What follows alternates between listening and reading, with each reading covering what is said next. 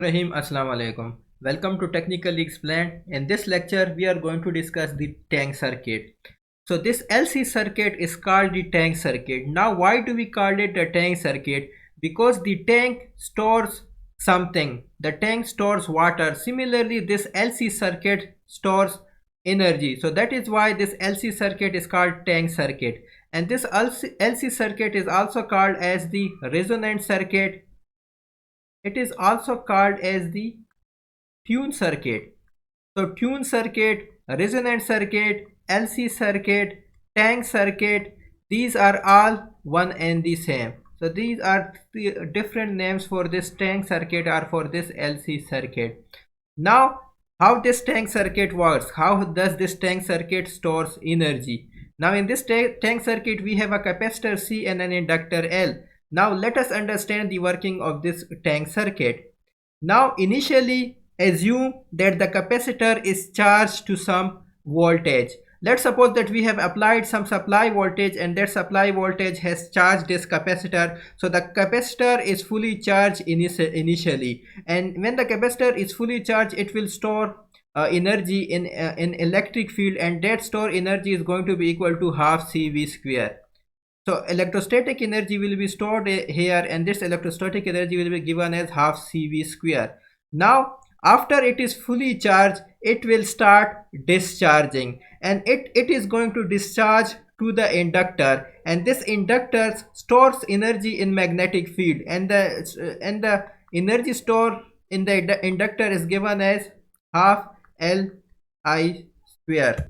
So now the capacitor will start discharging to inductor, and this inductor will start storing this electromagnetic energy. Now the discharging phenomena of capacitor will continue until the capacitor becomes discharged and there is no voltage across the capacitor. Now when there is no voltage across the capacitor and capacitor is discharged, there will be no flow of current from the capacitor to inductor. Now we know about the property of inductor, that inductor opposes the sudden change of current. So according to Lenz's law, back EMF will be generated. So to make the same amount of current flow through this inductor, back EMF will be generated, and because of that capacitor starts charging in reverse direction. So the energy which is stored across the inductor will now start converting into the electrostatic energy of the capacitor. So the energy gets transformed between inductor and capacitor in this circuit, and the result, we are going to have oscillations of particular frequency, and that particular frequency is given as f is equal to 1 by 2 pi under root LC. If we had ideal capacitor and ideal inductor, then this tank circuit or resonant circuit or LC circuit will store this energy forever. But in practical cases, we have some losses, we have some ohmic contact losses and other losses. Because of that, we have some energy loss over here. So this circuit does not store energy forever, and with the passage of time the energy does get dissipated. Now how to find the resonant frequency? We know that the inductive reactance is given by 2 pi FL, and the inductive inductance increases with frequency.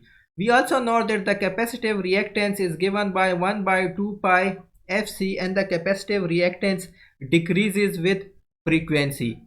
So now at resonant frequency, these two reactances will be equal. Now when these two reactances will be equal, we are going to have 2 pi FL is equal to 1 by 2 pi FC, which means that 4 pi square F square LC is going to be equal to 1. And now I can simplify this, that F is equal to 1 by 2 pi into under root LC. So this is my resonant frequency, and this is going to be my oscillating frequency in case of the LC oscillator.